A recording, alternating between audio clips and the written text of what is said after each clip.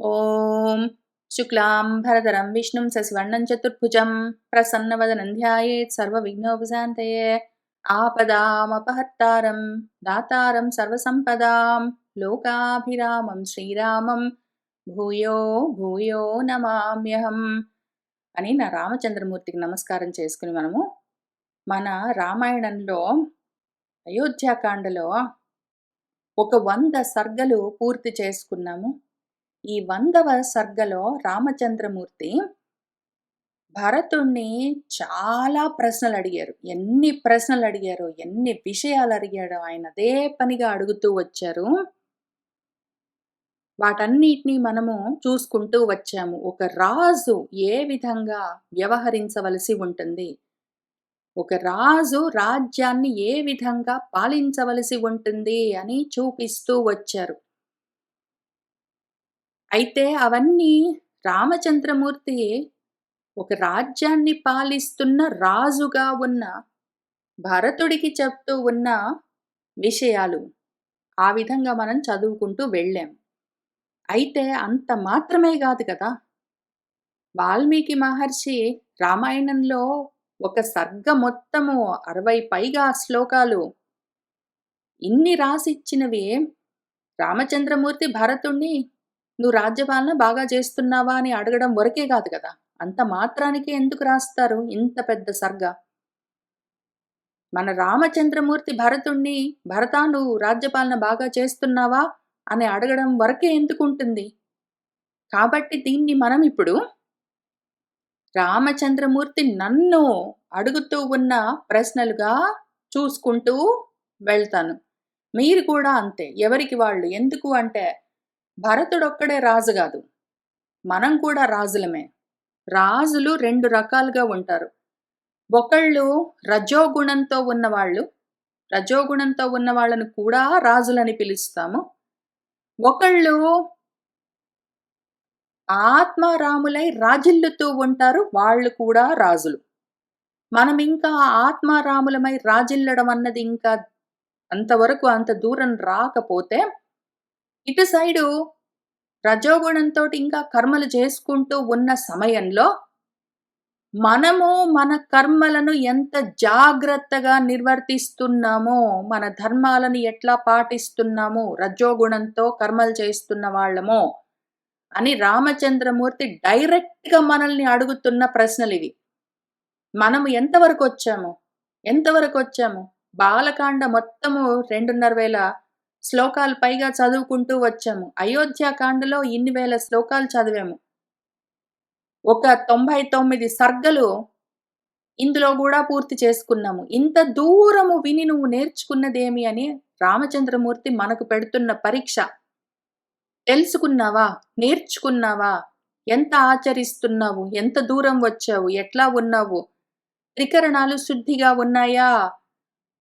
నువ్వు ధర్మంగా నీ కర్మల్ని నిర్వర్తిస్తూ ఉన్నావా అని ఆయన డైరెక్ట్గా ఎన్ని ప్రశ్నలు అడిగారు.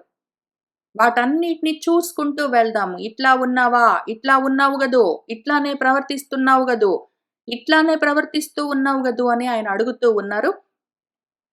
ఇవాళ మళ్ళీ ఇంకొకసారి ఈ ధర్మ జిజ్ఞాసుల కోసము ధర్మ మార్గంలో ఉండి ఇది ధర్మమేనా కాదా అన్న అనుమానాలు ఒకవేళ ఉంటే, ఇది ధర్మమేనా అని తెలుసుకోవాలి అన్న జ్ఞాతుమిచ్చ కోరిక ఉన్నవాళ్ళు, నా ధర్మాన్ని నేను శ్రద్ధగా నిర్వర్తిస్తున్నానా లేదా అని చూసుకోవాలనుకునే వాళ్ళ కోసము రామచంద్రమూర్తి అడుగుతూ ఉన్న ప్రశ్నలు ఆయన డైరెక్ట్గా అడుగుతున్నారు. ఈ ప్రశ్నల్ని చూసుకుంటూ వెళ్దాము.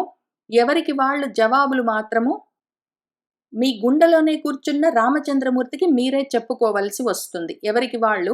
ఇవాళ మళ్ళీ మనం ప్రశ్నలు చూసుకుంటూ వెళ్తాము. రామచంద్రమూర్తి అడుగుతూ ఉన్న ప్రశ్నల్ని చూసుకుంటూ వెళ్దాము. ఆ ప్రశ్నలకి జవాబులు ఎవరికి వాళ్ళు మీ మనసుల్లోనే ఆయనకి చెప్పుకుంటూ ఉండండి. మానుకోండి, మీరేమైనా చేసుకోండి, మీకు ఇష్టం వచ్చినట్టు, మీకు నచ్చినట్టు, మీకు తోచినట్టు మీరు చేసుకోవచ్చు. కానీ ప్రశ్నలు మాత్రం ఇక్కడున్నాయి.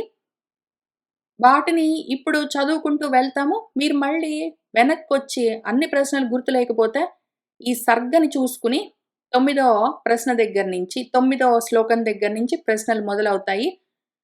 గురువుగారు మనల్ని నేరుగా అడుగుతున్నారు. "నువ్వు ఇట్లానే ప్రవర్తిస్తున్నావా లేదా?" అని. అవును, అవును, అవును అని చెప్పగలిగిన స్థితిలో ఉంటేనే తర్వాత మళ్ళీ ఇంకిక్కడి నుంచి ధర్మ చర్చలు మొదలవుతాయి గదా! ఇంకిక్కడి నుంచి భరతుడు నువ్వు వచ్చి రాజుగా ఉండమంటే ఆయన ఉండను అంటారు. ఇంక చాలా ధార్మికమైన చర్చలు జరుగుతూ ఉంటాయి. అవన్నీ అర్థం గావాలంటే ఇంతవరకు వచ్చింది మనకర్థం గావాలి. ఇంతవరకు మనం చదువుకుంటూ వచ్చింది, మనకు ఇంతవరకు పూర్తిగా సాంతం అర్థమైందా లేదా అని ఆయన పరీక్ష పెడుతున్నారు. క్వెషన్స్ అడుగుతున్నారు. మనం ఎంతవరకు వాటిని ఆచరిస్తూ వచ్చాము అని మనము రామచంద్రమూర్తికి, గురువుగారికి జవాబు చెప్పుకుంటూ వెళ్ళొచ్చు. ఎవరికి వాళ్ళు మీ మీ హృత్కమలాల్లోనే ఉన్న రామచంద్రమూర్తికి మీ మీ మనసుల్లో మీరే చెప్పుకోవలసి ఉంటుంది. ప్రశ్నలు మాత్రం ఇవి. ఒకవేళ ప్రశ్న ఎక్కడైనా మిస్ అయినా గూడా, మర్చిపోయినా గూడా మళ్ళీ వెనక్కొచ్చి ఇక్కడి నుంచి ఈ అయోధ్యాకాండలో 100వ సర్గ 100th సర్గలో 9వ శ్లోకం దగ్గర నుంచి చూసుకుంటూ వెళ్ళొచ్చు. ఆయనేమడుగుతున్నారంటే, బ్రాహ్మడు, విద్వాంసుడు, ధర్మ నిరతి కలిగినవాడు, గొప్ప ప్రకాశంతో ఉన్నవాడు, ఉపాధ్యాయుడు నీ చేత పూజింపబడుతూ ఉన్నాడు కదూ! అంటే ఆయనేమడుగుతున్నారు, నీకు ఎవరు ఉపాధ్యాయులున్నారో, చదువు చెప్పిన వాళ్ళున్నారో, ఎవరైతే నీకు జ్ఞానోపదేశం చేశారో, వాళ్ళు నీ చేత పూజింపబడుతున్నారు కదా! వాళ్ళను నువ్వు పూజిస్తూ ఉన్నావు గదా! వాళ్ళు చెప్పిన మాటను మన్నిస్తూ ఉన్నావు గదా! వాళ్ళను గౌరవిస్తూ ఉన్నావు గదా! చదువుకున్న వాళ్ళు, నీ గురువులు, నీ ఆచార్యులు, నీ ఉపాధ్యాయులు, నీకు విద్యాదానం చేసిన వాళ్ళు చెప్తూ ఉన్న మాటలను నువ్వు వింటూ ఉన్నావు గదా! వాళ్ళు చెప్పిన మాటల్ని నువ్వు పెడచెవిన పెట్టి నీకర్థమైనట్టు నువ్వు ప్రవర్తించట్లేదు గదా! తర్వాత రెండో ప్రశ్న. నీ తల్లిదండ్రులను వాళ్ళు కూడా నీకు గురువులు. వాళ్ళను కూడా నువ్వు గౌరవిస్తూ ఉన్నావు గదా! వాళ్ళు నీ దగ్గర సుఖంగా, శాంతిగా, ఆనందంగా ఉన్నారు గదా! పెద్దవాళ్ళని బాధ పెడుతూ లేవు గదా! కాబట్టి ఇక్కడ నీకు జన్మనిచ్చిన పితరులను, ఇక్కడ నీకు జ్ఞానదానం చేసిన గురువులను నువ్వు గౌరవిస్తూ ఉన్నావు గదా! ఏమరపాటు లేకుండా ఉన్నావు గదా! తర్వాత నీకు బాగా చదువుకున్న పురోహితులెవరున్నారో, అటువంటి వాళ్ళు నీ దగ్గరే ఉన్నారు గదా! వినయ సంపద కలిగి, జ్ఞానం కలిగి, గొప్ప కులంలో పుట్టిన వాళ్ళు, బాగా చదువుకున్న వాళ్ళు, అసూయ లేని వాళ్ళు, అన్నిటినీ జాగ్రత్తగా, దగ్గరగా చూసి అర్థం చేసుకునేవాళ్ళు, అటువంటి వాళ్ళు నీ పురోహితులు, నువ్వు బాగుండాలని నీ హితాన్ని కోరుకునేవాళ్ళు నీ దగ్గర ఉన్నారు గదా! అటువంటి వాళ్ళు నీ దగ్గర ఎవరో ఒకళ్ళున్నారు గదా! ఒక్కళ్ళైనా సరే నీ హితము కోరేవాళ్ళు నీ దగ్గర ఉన్నారు గదా! నీ బాగు కోరేవాళ్ళు, నీ మంచి కోరేవాళ్ళు నీ చేత గౌరవింపబడుతూ ఉన్నారు గదా! ఒక్కడు గూడా లేడు నా దగ్గర. నాకు మంచి చెప్పేవాడు, చదువుకున్నవాడు, నా మంచి కోరేవాడు ఎవరూ లేరు నాకు. అంటే ఇంకా అటువంటి స్థితి చాలా దయనీయంగా ఉంటుంది. చుట్టూ చూసుకో. అసలట్లా లేని వాళ్ళెవరూ ఉండరు. ప్రతి వాళ్ళకి వాళ్ళ బాగు కోరేవాళ్ళు వాళ్ళ చుట్టూ ఎవరో ఒకళ్ళుంటారు. వాళ్ళని నువ్వు గుర్తించట్లేదో ఏమో చూసుకో జాగ్రత్తగా. నీ చుట్టుపక్కల నీ బాగు కోరేవాళ్ళెవరున్నారో చూసుకో. వాళ్ళు చెప్తున్న మాటను మన్నించు. అట్లా చేస్తూ ఉన్నావు గదూ! ఆ తర్వాత ఎప్పుడెప్పుడు, ఏ కాలంలో నువ్వు ఏ పనులు చెయ్యాలి అని ఒకవేళ నువ్వు చూసుకోకపోతే నువ్వు ఆ పని చెయ్యాలి చూసావా? అదిగో నువ్వు పలానా టైంకి ఆ బిల్స్ గట్టాలి చూస్తున్నావా? చూసుకున్నావా లేదా మరి? అదిగో ఫీజులు గట్టాలి అక్కడ. ఆ విషయం మరి జాగ్రత్త మర్చిపోయావు డెడ్‌లైన్ అయిపోయే లోపల కట్టవలసి ఉంటుంది. అని ఈ రకంగా కాలానికి ఏ టైంకి ఆ టైంకి గుర్తు చేస్తూ ఉన్నవాళ్ళు నీ దగ్గర ఉన్నారు గదూ! ఇప్పుడంటే మనకి క్యాలెండర్స్ ఉన్నాయి. అపాయింట్‌మెంట్స్‌లో ఏవో నోట్స్ రాసుకుంటాం, రిమైండర్స్ పెట్టుకుంటాం. ఇవన్నీ పెట్టుకున్నాక గూడా మనతో పాటు ఉండి మనకి ఏ కర్మలున్నాయి, మనం చేయవలసిన పనులేంటి అని చూసి, అదిగో నువ్వు ఆ పని జేయాలి మర్చిపోయావు. మర్చిపోకుండా ఆ పని కంప్లీట్ చెయ్యి మళ్ళీ ఆ రోజయిపోతే మళ్ళీ వాళ్ళు చేయనివ్వరు అనట్లా గుర్తు చేస్తున్న వాళ్ళు నీకున్నారు గదా! ఎవరు లేరా? ఎవరు లేకపోతే చాలా కష్టమైతుంది. ఎవరో ఒకళ్ళు మతిమాన్ ఇట్లాంటివన్నీ గుర్తుబెట్టుకునే బుద్ధి ఉన్నవాళ్ళు, రుజు స్వభావం ఉన్నవాళ్ళు, ఏ విధి, ఏ పని ఎప్పుడు ఎట్లా చేయాలో తెలిసిన వాళ్ళు, ఆ కాలమొచ్చిందంటే అదిగో ఈ టైం అయిపోయేటట్టుంది. ఈ పని చెయ్యాలి. పద పద చెయ్యి అని గుర్తు చేస్తూ ఉన్నవాళ్ళు నీకు ఉన్నారు గదూ! ఎప్పుడు అట్లా ఎవరు లేకుండా నువ్వు ఏకాకిగానైతే లేవు గదూ! ఆ తర్వాత నువ్వు దేవతలను, పితృదేవతలను, తల్లులను, తండ్రులను, గురువులను, గురు సమానులను, పితృ సమానులను, బ్రాహ్మలను, వైద్యులు అంటే విద్యలు నేర్చుకున్న వాళ్ళు, ఎన్నో విద్యలు నేర్చుకున్న వాళ్ళుంటారు. ఎన్నో విషయాల్లో వృద్ధులుంటారు. జ్ఞాన వృద్ధులుంటారు. వయో వృద్ధులుంటారు. అనుభవ వృద్ధులుంటారు. వాళ్ళందరినీ అభిమానిస్తూ ఉన్నావు గదూ! వాళ్ళందరినీ గౌరవిస్తూ ఉన్నావు గదూ! ఎంతో మంది పెద్దలు నీ చుట్టూ ఉంటారు. అందరికన్నా నేనే గొప్ప అన్న ఉద్దేశంలో లేవు గదూ! ఆ రకంగా ఉన్నావంటే నీకు దేహాభిమానం కలుగుతుంది. నీ చుట్టూ ఉన్న పెద్దల్ని ఒక్కొక్కళ్ళు ఒక్కొక్క విషయంలో పెద్దవాళ్ళయ్యుంటారు. ఒక్కొక్కళ్ళు జ్ఞానంలో పెద్దవాళ్ళు నీకన్నా ఎక్కువ జ్ఞానం కలిగిన వాళ్ళుంటారు. నీకన్నా వయసులో చిన్నవాళ్ళైనా గూడా. ఒక్కొక్కళ్ళు వయసులో పెద్దవాళ్ళైన వాళ్ళుంటారు. ఒక్కొక్కళ్ళు వయసులో, జ్ఞానంలో ఎక్కువ, తక్కువ ఉన్నా నీకన్నా అనుభవంలో ఎక్కువున్న వాళ్ళుంటారు. నీకన్నా ఎన్నో విద్యలు అభ్యాసం చేసిన వాళ్ళుంటారు. అట్లాంటి వాళ్ళందరిని నువ్వు అభిమానించకపోతే నిన్ను నువ్వు అభిమానించుకోవడం మొదలు పెడతావు. అది అహంకారానికి దారి తీస్తుంది. చెడిపోతావు. అట్లా చెయ్యట్లేదు కదూ! పెద్దలందరినీ చూసి ఎవరిలో ఏ గొప్పతనం ఉన్నదో దాన్ని చూసి నువ్వు గౌరవిస్తూ ఉన్నావు గదూ! ఆ తర్వాత ఎవరెవరైతే శాస్త్రాలు తెలిసిన వాళ్ళున్నారో, గొప్ప బుద్ధి కలిగిన వాళ్ళు, గొప్ప మనసున్న వాళ్ళు ఉపాధ్యాయులున్నారో, నీకు మంచి చెడు చెప్తూ ఉన్న వాళ్ళున్నారో, వాళ్ళందరినీ మన్నిస్తూ ఉన్నావు గదూ! వాళ్ళు చెప్తూ ఉన్న మాట వింటున్నావు గదూ! నాకు తెలుసు అన్నీ అని అనుకుంటున్నావా? నాకన్నీ తెలుసు. నువ్వు నాకు చెప్పక్కర్లేదు. నాకు చెప్పే అంతటి వాడివయ్యావా నువ్వు? అని అనుకుంటున్నావా? అనుకోవట్లేదు కదూ! పెద్దలెవరైనా ఏదైనా చెప్తూ ఉంటే వింటూ ఉన్నావు గదూ! అట్లానే నీ దగ్గర మంత్రులెవరున్నారు? నువ్వొకవేళ భర్తవైతే నీ భార్యో, నీ బిడ్డలో, అమ్మో, నాన్నో ఇట్లాంటి వాళ్ళు నీకెవరైనా ఆలోచనలు చెప్పేవాళ్ళు నీ చుట్టూ ఉన్నారా? నీతో పాటు ఉండి ఏవైనా విషయాలు నీతో చర్చించి, ఇంట్లో విషయాల్లో, ఆఫీస్‌లో విషయాల్లో ఏవైనా సరే ఆలోచించి, నీకొక మార్గాన్ని చూపించి, కనీసం నువ్వు మాట్లాడుకుంటూ ఉంటే ఎందుకంటే అన్నీ మనసులో కూర్చొని ఆలోచించుకుంటే ఒక్కొక్కసారి ఐడియాలు రావు.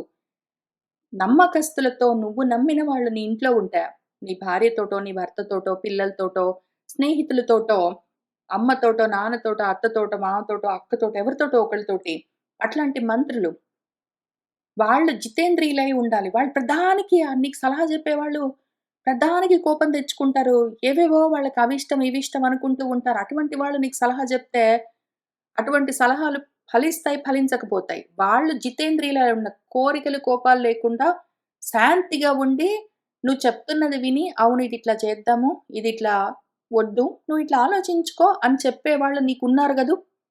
ఎవ్వరూ లేకుండా అన్యాయం అయిపోవట్లేదు గదు నువ్వు. అట్లానే వాళ్ళందరూ ఆత్మ సములు. నా వాళ్ళు అని నువ్వు అనుకుంటున్నావు గదూ! వాళ్ళని సలహా అడుగుతావు. వాళ్ళేదైనా చెప్తే వాడు అట్లానే చెప్తాడని అనుకుంటున్నావా? కాదు గదూ! నా వాళ్ళు నాకు ఆత్మ సములు అనుకుని నీలాగా ఆలోచించగలిగిన వాళ్ళు శృతవంతః చదువుకున్న వాళ్ళు. చదువుకున్న వాళ్ళతో, జ్ఞానం కలిగిన వాళ్ళతో, మనస్సు శాంతిగా ఉంచుకున్న వాళ్ళతో కలిసి ఇంగిత జ్ఞానం కలిగిన వాళ్ళు కామన్ సెన్స్ కూడా ఉండాలి. ఊరికే శృతవంతులై బాగా చదువుకున్న వాళ్ళైతే సరిపోదు. అంత మాత్రమే సరిపోదు. ఇంగితం, జ్ఞానం కూడా కలిగిన వాళ్ళుంటే, వాళ్ళతోటి కలిసి కూర్చొని మాట్లాడుకుంటూ నువ్వు నిర్ణయాలు తీసుకుంటున్నావు గదూ! ప్రతిదీ దాచిపెట్టుకుంటావు. ఎవరితో సరిగ్గా డిస్కస్ చెయ్యవు. నీ మనసులో ఏముందో ఎవరికీ చెప్పవు. లేదా నువ్వు చెప్తే గూడా వినేవాళ్ళు సరిగ్గా లేరు. అట్లాంటి స్థితి అయితే నీకు లేదు గదూ! నీ చుట్టూ కనీసం ఒకళ్ళిద్దరు ముగ్గురు నువ్వు ఆలోచించుకోవడానికే, నీకు సరైన సలహాలు చెప్పడానికి ఉన్నారు గదూ! ఈ విషయం ఎందుకు మనం అంత జాగ్రత్తగా ఆలోచించుకోవాలి అంటే, మంచి మంత్రాంగం ఉండాలి. మంచి మంత్రాంగం ఉండాలి. మనము మన భర్తతోటో, మన భార్యతోటో, పిల్లలతోటో, స్నేహితులతోటో చాలా మంది గాదు. ఇద్దరు ముగ్గురితోటి మనం మాట్లాడుకుంటూ ఉంటే, వాళ్ళు బాగా ఆలోచించి ఎందుకంటే జితేంద్రియులు, చదువుకున్న వాళ్ళు, ఇంగిత జ్ఞానం, కామన్ సెన్స్ ఉన్నవాళ్ళు, ఇట్లాంటి వాళ్ళతో కూర్చొని శాస్త్రం చదువుకున్నారు. ఎందుకు అంటే ఏదో మనకి లీగల్ ప్రాబ్లమ్స్ ఒచ్చాయి, ఫైనాన్షియల్ ప్రాబ్లమ్స్ ఒచ్చాయి, లేకపోతే ఆరోగ్య సమస్యలొచ్చాయి. అట్లాంటప్పుడు దాని గురించి తెలిసిన వాళ్ళతో మనం మాట్లాడాలి. ఏదో ఒకటి గాకుండా. ఆ రకంగా మంత్రధరులు వాళ్ళు. ఒకవేళ మనం వాళ్ళతోటి కూర్చొని ఆలోచిస్తే, ఇదిగో నాకు ఈ ప్రాబ్లమ్ వచ్చింది అంటే వాళ్ళు వింటారు. వినిపోయి ఇంక అందరితోటి బయట డిస్కస్ చేస్తూ ఉంటానంటే మనకు పనికిరాదు.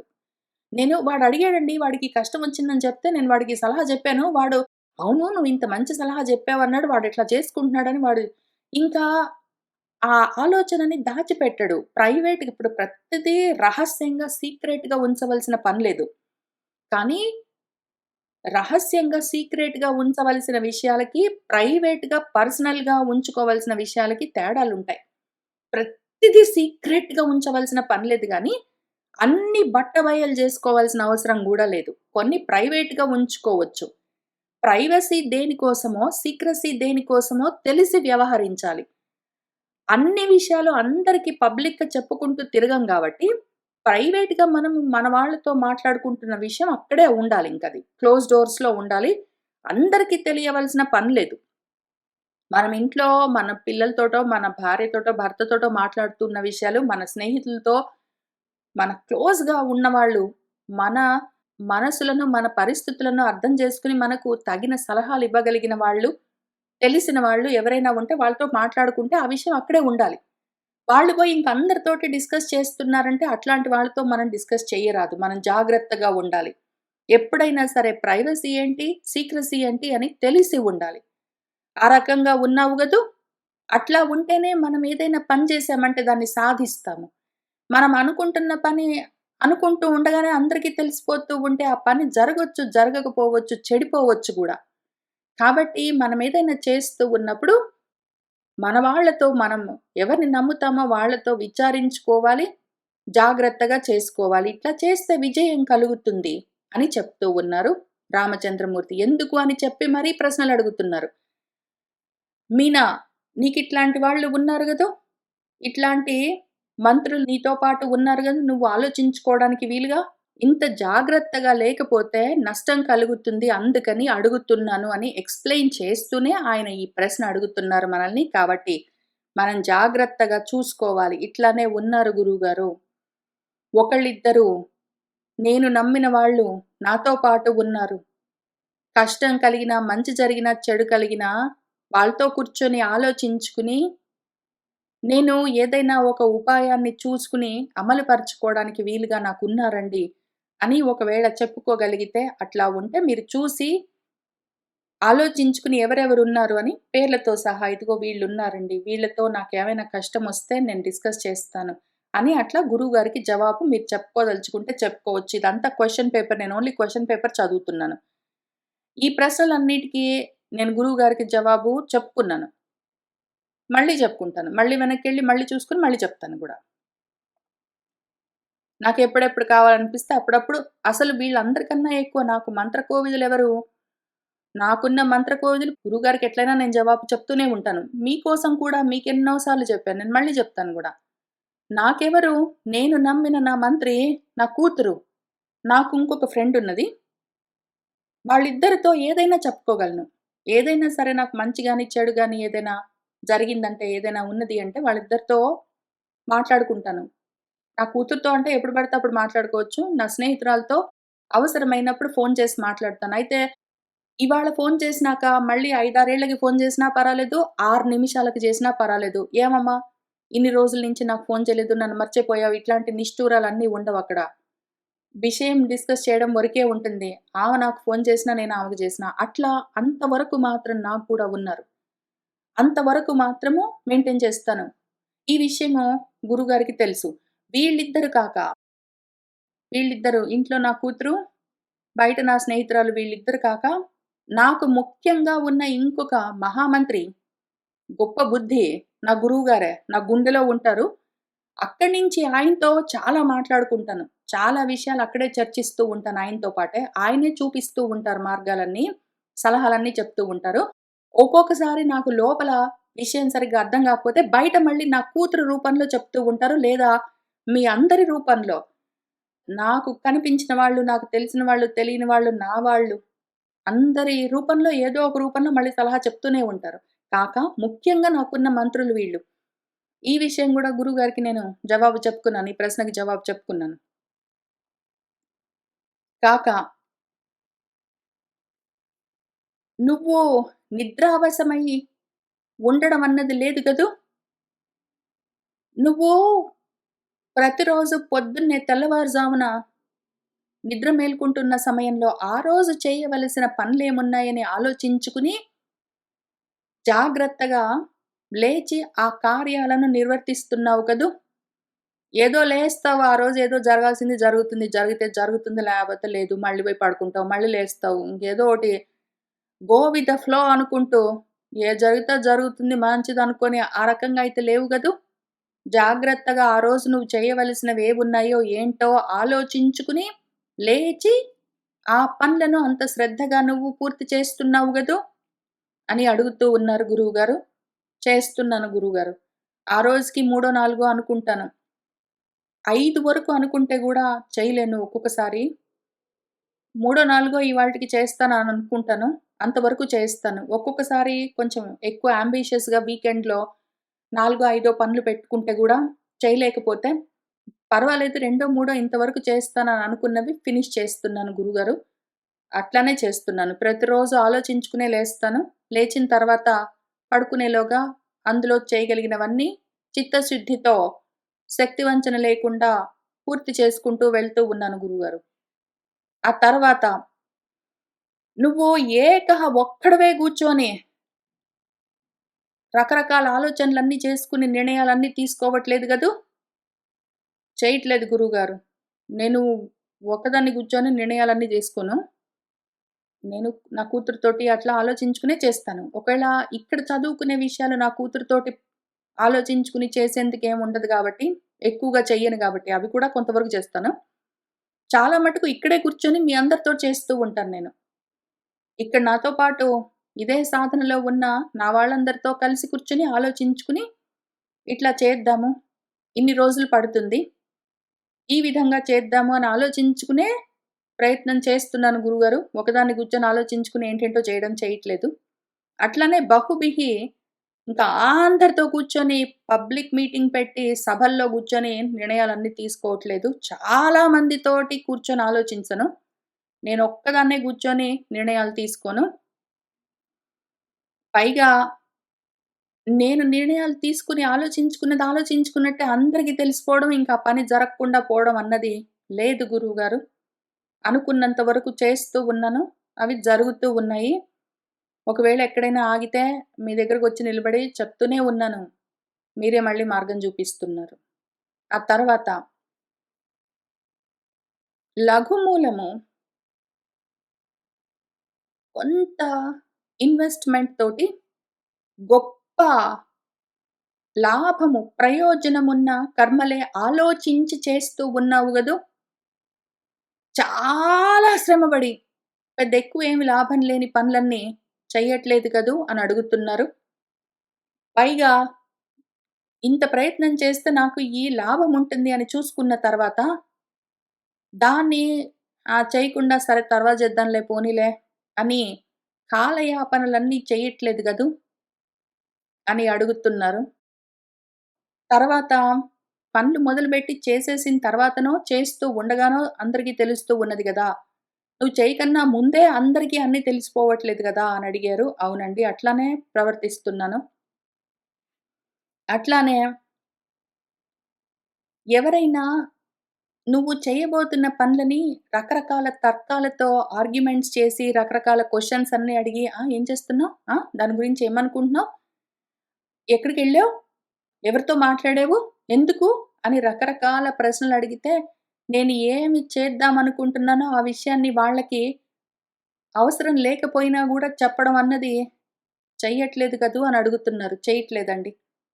రకరకాల తర్కాలతో నేను ఏమి చెయ్యాలనుకుంటున్నానో అన్న విషయము నా దగ్గర నుంచి గానీ, నా మంత్రుల దగ్గర నుంచి, నాకు సలహాలు చెప్పే నా వాళ్ళ దగ్గర నుంచి గానీ, మిగిలిన వాళ్ళందరూ తెలుసుకునే అవకాశం లేదండి.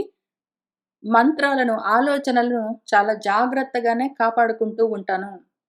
చాలా మటుకు అట్లానే కాపాడుకుంటూ ఉంటాను. ఆ తర్వాత గురువుగారు ఏం చెప్తున్నారంటే, ఎందుకట్లా చెప్తున్నాను? ఎందుకు ఆ ప్రశ్న అడిగాను?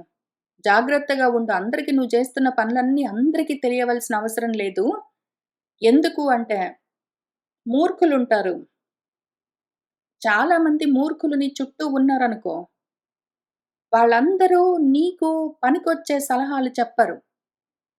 అందుకని నువ్వు చాలా మంది మూర్ఖులను నీ చుట్టూ ఉంచుకుని, ఇదిగో వీడు నాకు తెలుసు, వాళ్ళు నాకు తెలుసు, వీళ్ళందరూ నా ఫ్రెండ్స్, నేను పిలిస్తే పార్టీకి ఇంతమంది వస్తారు, నన్ను ఇంతమంది పిలుస్తారు. అదిగో నా ఫేస్‌బుక్‌లో ఇంతమంది ఫ్రెండ్స్ ఉన్నారు, నాకు పలానా ట్విట్టర్‌లో ఇంతమంది ఫాలోవర్స్ ఉన్నారు అని చాలా మందిని పెట్టుకుంటే గూడా, నీకు అవసరమైనప్పుడు వాళ్ళు నీకు సహాయం చెయ్యొచ్చు, చెయ్యకపోవచ్చు. వాళ్ళు నీకు కావలసిన సరియైన సలహా, సరి అయిన కాలానికి ఇవ్వచ్చు, ఇవ్వకపోవచ్చు. నీకేదైనా అర్ధకృత్యం కలిగిన సమయంలో, నీకేదైనా ప్రయోజనం చెడిపోయే పరిస్థితొచ్చినప్పుడు, నీకు నిజమైన సలహా, ఆ అవసరానికి పనికొచ్చే సలహా, ఆ సమయానికి ఇవ్వగలిగిన వాడు ఒక్కడైనా నీ దగ్గర ఉండాలి. చాలా మందిని, ఎంతో మందిని అదే పనిగా మెయింటైన్ చేయవలసిన పని లేదు. వీళ్ళందరూ ఎప్పటికైనా పనికొస్తారు గదా! ఇంతమందుంటే ఎప్పటికైనా పనికొస్తారు గదా! ఇంతమందుంటే ఎందుకైనా పనికొస్తారు, ఎప్పటికైనా పనికొస్తారు అనుకుంటూ చాలా మందిని మెయింటైన్ చేసుకుంటూ పోతే, నీకవసరమొచ్చినప్పుడు వాళ్ళు నీకు సహాయం చెయ్యరు. చాలా మందిని, తెలిసిన వాళ్ళని, తెలియని వాళ్ళని, మూర్ఖులని, అర్థం చేసుకోగలిగిన వాళ్ళని, చేసుకోలేని వాళ్ళని నీ చుట్టూ పెట్టుకోవలసిన అవసరం లేదు. వద్దు. ఒక్క పండితుడు, తెలిసినవాడు, అర్థం చేసుకోగలిగిన వాడు, నీకు సరైన సమయానికి సరైన ఉపాయాన్ని చూపించగలిగిన వాడిని మాత్రం ఒక్కడిని నీ దగ్గర ఉంచుకుంటున్నావు గదూ అని అడుగుతున్నారు. ఎందుకు అంటే అని దానికి కారణం చెప్తున్నారు. చాలా మందిని, తెలిసిన వాళ్ళు, తెలియని వాళ్ళు అవునండి, అవునండి అనుకుంటూ మన చుట్టూ తిరిగే వాళ్ళని ఎంతమందిని మనము ఎన్నాళ్ళు మెయింటైన్ చేసినా కూడా, అవసరమైన సమయానికి వాళ్ళు మనకు సలహా పనికొచ్చేదాన్ని ఇవ్వగలరు, ఇవ్వకపోవచ్చు. నష్టం కలుగుతుందప్పుడు.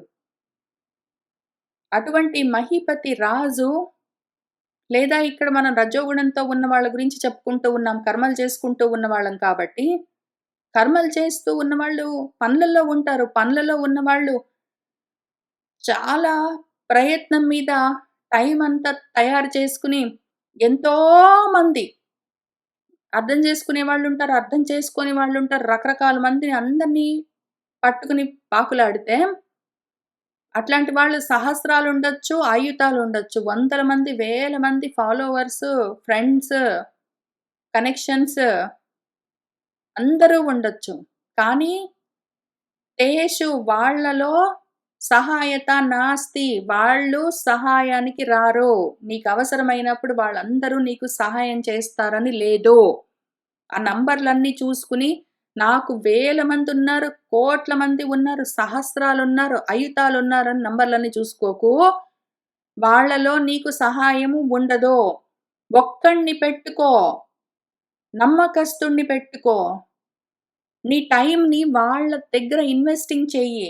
రిలేషన్‌షిప్ హిస్టరీ బిల్డింగ్ చేసుకో. నీ గురించి వాళ్ళకర్థమయ్యేటట్టు, వాళ్ళను నువ్వు అర్థం చేసుకునేట్టు టైం వెచ్చించి నువ్వు జాగ్రత్త పరుచుకున్నావంటే, అవసరమొచ్చినప్పుడు వాళ్ళ గురించి నీకు తెలుసు, నీ గురించి వాళ్ళకి తెలుసు గాబట్టి వాళ్ళు సలహా చెప్పగలరు.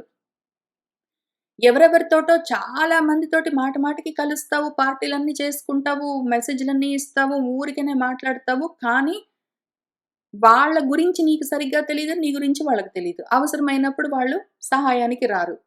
ఆ విధంగా చెడిపోవట్లేదు గదూ! అని అడుగుతున్నారు గురువుగారు. ఆ తర్వాత అమాత్యులు నీకు ఆలోచనలు చెప్పగలిగిన వాళ్ళు నీ భార్య గాని, భర్త గాని, పిల్లలు గాని, అమ్మో, నాన్నో, స్నేహితులో ఎవరో మేధావులై ఉండి, మంచి మేధస్సు తెలివితేటలున్నాయి వాళ్ళు ఆలోచించి చెప్పగలరు. అసలు యాక్చువల్‌గా కావాలంటే దక్షతతో ఆ కర్మలు సాధించగలరు. నువ్వేదైనా పని చెప్తే నీ స్నేహితులు నువ్వు నమ్మే వాళ్ళని అడిగితే సలహా చెప్తారు. నమ్మి వాళ్ళని అడిగితే వాళ్ళు ఆ పని గూడా సాధించి పెడతారనుకో, అట్లాంటి వాళ్ళు నీ దగ్గర ఉండాలి. అట్లాంటి వాళ్ళు విచక్షణ జ్ఞానం ఉండాలి, దక్షత ఉండాలి, చేయగలిగిన శక్తి సామర్థ్యాలుండాలి, మేధస్సు తెలివి ఉండాలి. అటువంటి వాళ్ళు నీ దగ్గర ఉన్నారంటే వాడికైనా, వాడి పిల్లలకైనా గొప్ప ఐశ్వర్యం కలుగుతుంది. అసలు అటువంటి వాడు ఒకడు మనకు చాలా మంది వందల మంది, వేల మంది ఫ్రెండ్స్ ఉంటే ఉపయోగం లేదు. వద్దు అని చెప్తున్నారు రామచంద్రమూర్తి. ఒక్కళ్ళని పెట్టుకో.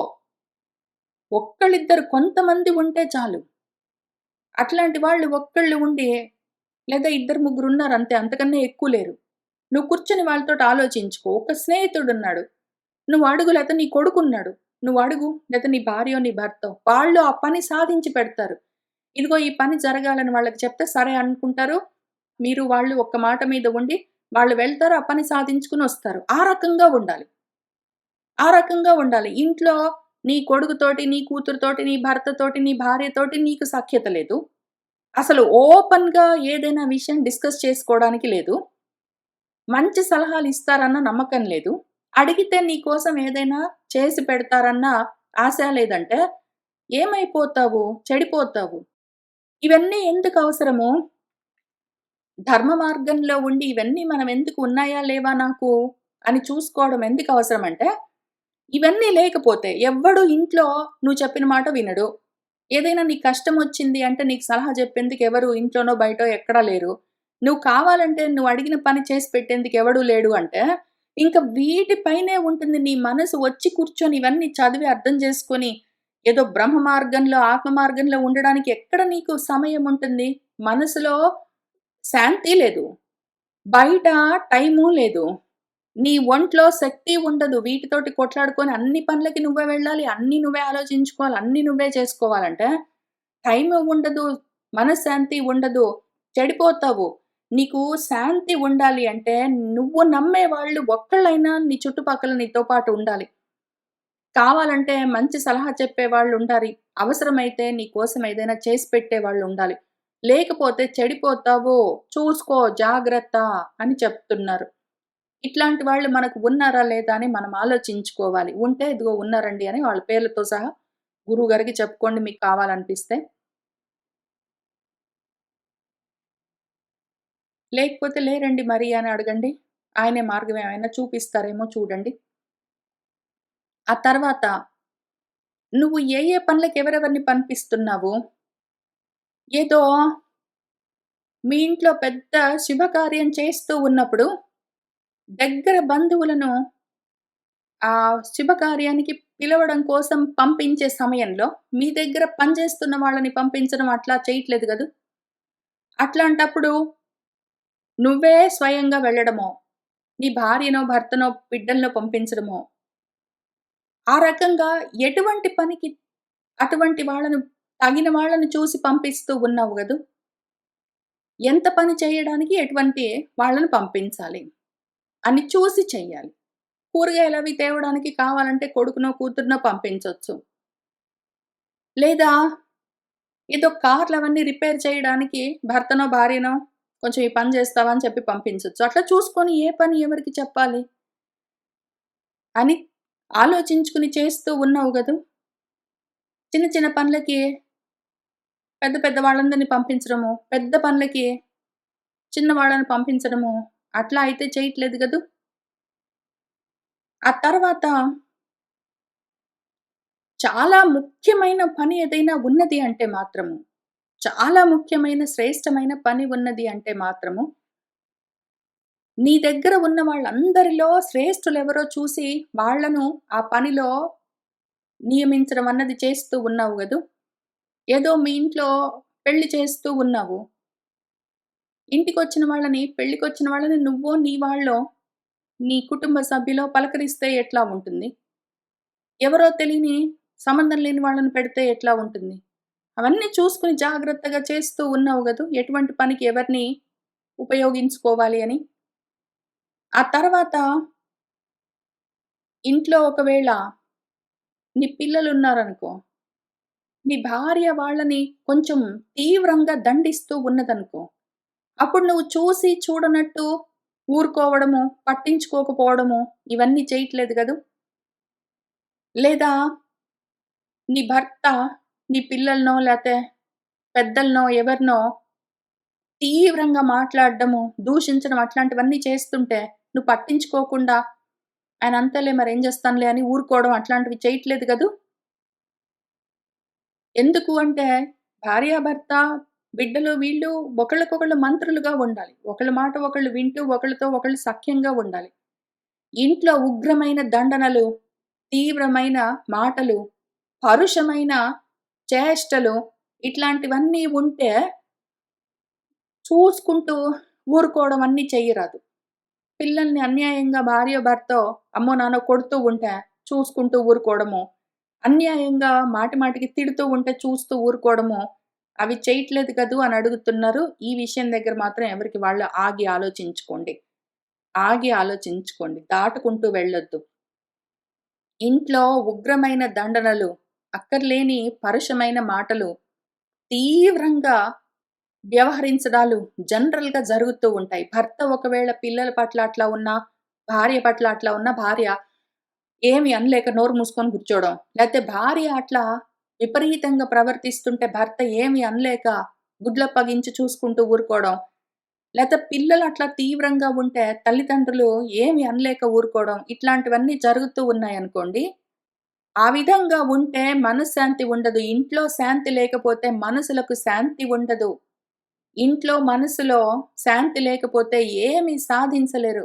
ఆ ఇంట్లో పెరుగుతూ ఉన్న వాళ్ళందరికీ స్కార్స్ ఉంటాయి. డిస్ట్రెస్డ్‌గా ఉంటారు. చాలా బాధాకరమైన పరిస్థితి. ఆ రకంగా అయితే మీ ఇంట్లో లేదు గదో అని అడుగుతున్నారు. రామచంద్రమూర్తి చాలా డైరెక్ట్ క్వెషన్ అడుగుతున్నారు. మరట్లా ఉంటే ఏం చెయ్యాలి? మరి మా ఆయన అంతే ఊరికనే పిల్లల్ని అనవసరంగా అరుస్తుంటాడు. నన్ను గూడా ఏంటేంటో అంటుంటాడు. మరి ఏం చేస్తాము? ఇంకా అట్లానే ఉంటారు. ఎట్లో ఒకట్ల మనం సర్దుకొని పోవాలి కదా! అని ఒకవేళ మీరేమైనా మీకు నచ్చజెప్పుకుంటూ ఉంటే ఆగి ఆలోచించుకోండి. అట్లా ఉండరాదు అని చెప్తున్నారు రామచంద్రమూర్తి. అట్లా ఉంటే ఎందుకట్లా ఉన్నాను? ఏ బలహీనత వల్ల నేను దానికి ఒప్పుకుంటున్నాను? ఎందుకు సహిస్తున్నాను? లేదా మీ భార్య అట్లా ఉన్నదనుకోండి. ఆమె ప్రతి దానికి అలగడం, కోపం తెచ్చుకోవడం, ఇంట్లో వస్తువులన్నీ విసిరేయడం, లేతే కొట్టడం ఇట్లాంటివన్నీ చేస్తూ ఉంటే మిమ్మల్నైనా, పిల్లలనైనా, పెద్దలనైనా, ఎవరినైనా ఏమి అనలేక నేనెందుకున్నాను? ఏ బలహీనత వల్ల? అని ఆగి ఆలోచించుకోండి. అది ఉండరాదు. నువ్వట్లా ఉండట్లేదు గదూ! అని ఆయన అడిగారు. ఉద్వేజిత ప్రజలు, భృశం ఉద్వేజిత ప్రజలు, ప్రజలు అంటే పిల్లలు అనర్థం.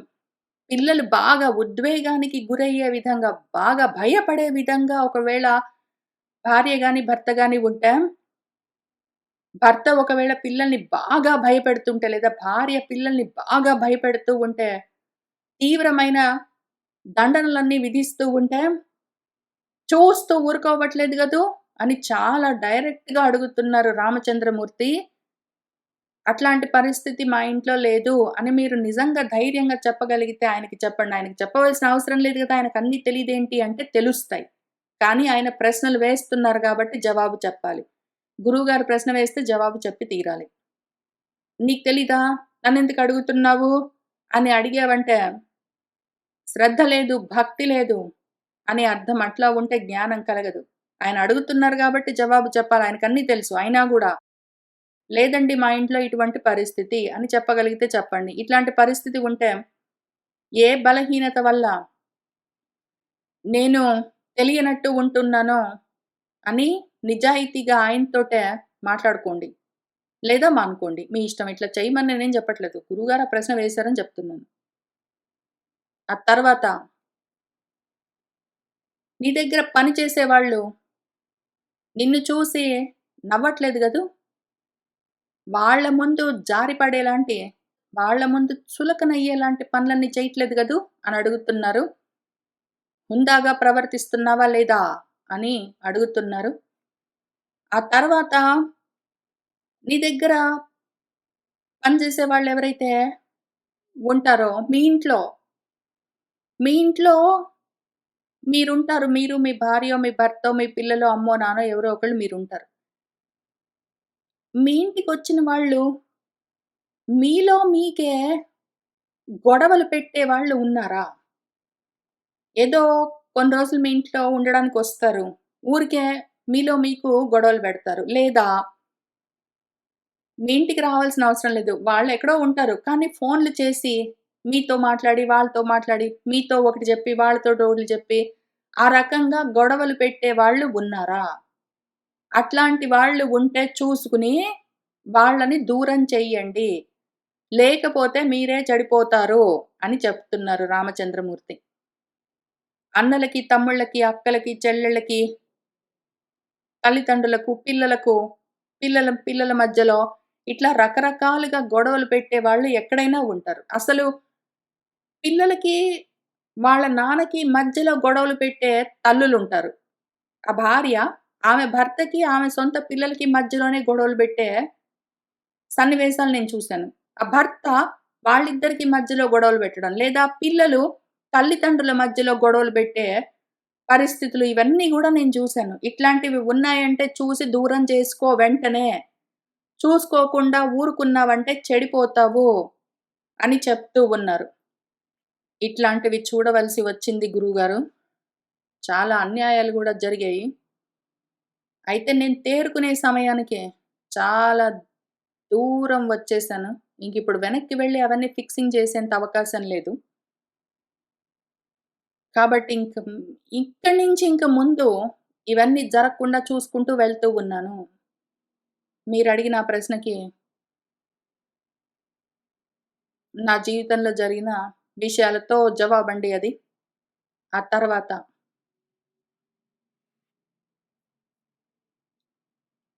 సేనాపతులు నీ దగ్గరుండి నీ కోసం పనులు చేసి పెట్టేవాళ్ళు ఎట్లాంటి వాళ్ళున్నారు? ఎప్పుడు సంతోషంగా ఉండేవాళ్ళున్నారా లేదా? నీ దగ్గరున్న పని వాళ్ళుంటారు. వాళ్ళు సంతోషంగా పని చేస్తున్నారా? వాళ్ళు మొహాలు మాడ్చుకుని, విసుక్కుంటూ, తిట్టుకుంటూ పని చేస్తున్నారా? పని చేయగలిగిన శక్తి కలిగిన వాళ్ళనే నీ దగ్గర ఉంచుకున్నావు గదూ! వాళ్లకు చేయగలిగిన తెలివితేటలు ఉన్నాయి గదూ! ధృతి ఉన్నది గదూ! చెయ్యాలి అని. వాళ్ళు చిత్తశుద్ధితో పనులు చేస్తూ ఉంటారు గదూ! నీ మీద ప్రేమతో పని చేస్తూ ఉన్నారు గదూ! నువ్వు డబ్బులిస్తున్నావు కాబట్టి మొహం మాడ్చుకొని చేయడము, ఇంక తప్పనిసరయి చేయడము అట్లాంటివన్నీ లేకుండా, వాళ్ళు నీ మీద ప్రేమతోటే నువ్వు డబ్బులిస్తే ఇచ్చావు, జీతాలిస్తే ఇచ్చావు. నీ మీద ప్రేమతోటే నీ దగ్గర పని చేస్తూ ఉన్నారు గదూ! పోనీ పని చేసే వాళ్ళని పక్కన పెట్టు. నీ దగ్గర మీ ఇంట్లో ఉన్న అమ్మో, నాన్నో, అక్కో, చెల్లెలో, కూతురో, కొడుకో, భార్యో, భర్తో వీళ్ళైనా సరే, నీ మీద ప్రేమతో, సంతోషంగా ఉంటూ, చిత్తశుద్ధితో, ధృతితో పనులు చేసే వాళ్ళే ఉన్నారు గదూ నీ దగ్గర. ఇంకా ఏదో అమ్మ జెప్పింది మరి జేయకపోతే మొహం మాడ్చుకుంటుందని విసుక్కుంటూ పని చేయట్లేదు గదూ నీ పిల్లలు. ఏదో పిల్లలు జెప్పారు గాబట్టి చేస్తున్నాను. ఏం జేస్తాం ఏమన్నా అంటే మొహాలు మాడ్చుకుంటారు. అన్నాలు గూడా తినకుండా గూర్చుంటారు. అందుకని చేస్తున్నాను అని అనట్లేదు గదూ తల్లులు, తండ్రులు. ఆ తర్వాత ఎవరెవరైతే బలవంతులు, కర్మలు చేయగలిగిన శక్తి సామర్థ్యాలున్నవాళ్ళు, వాళ్ళు నిజంగా ఆ పని ఫినిష్ చేశారు.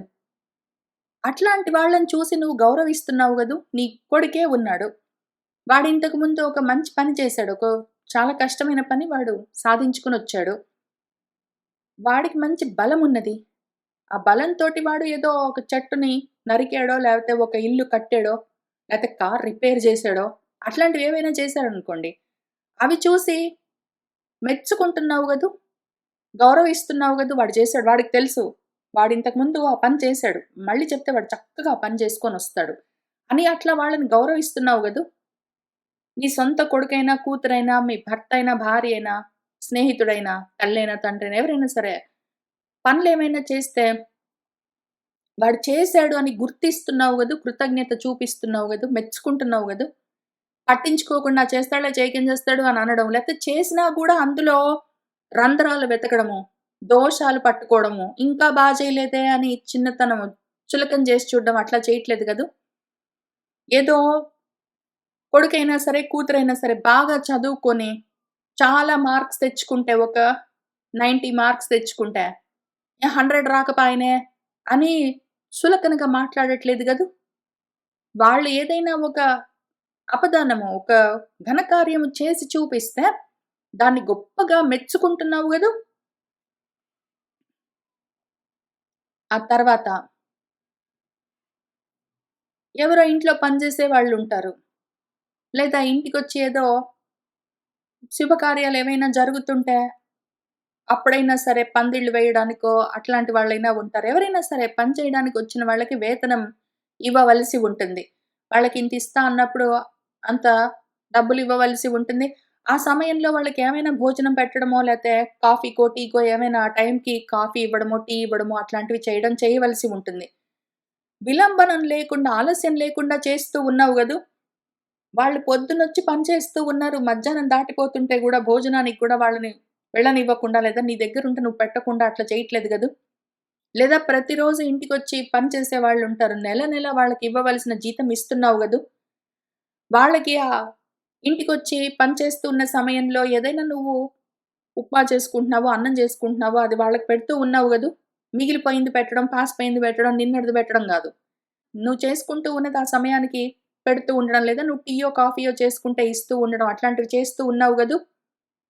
వాళ్ళు వద్దు అంటే గూడా బలవంతంగా ఇవ్వడం గాదు. వాళ్ళు పుచ్చుకుంటా అన్నప్పుడు ఇవ్వడం అవన్నీ భక్తం ఎట్లైనా సరే గాని, వేతనమైతే నువ్వు ఇవ్వవలసిన ధనం మాత్రం వాళ్లకు జీతం మాత్రం సమయానికి ఇస్తూ ఉన్నావు గదూ!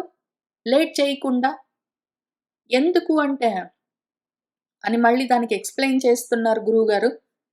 నువ్వు లేట్ చేసావంటే వాళ్ళకివ్వవలసిన జీతాలు వాళ్ళకివ్వకపోతే వాళ్ళ జీవితాలు ఎట్లా నడుస్తాయి? వాళ్ళు తిట్టుకుంటారు. కోపం తెచ్చుకుంటారు. ఎంత అనర్థమో!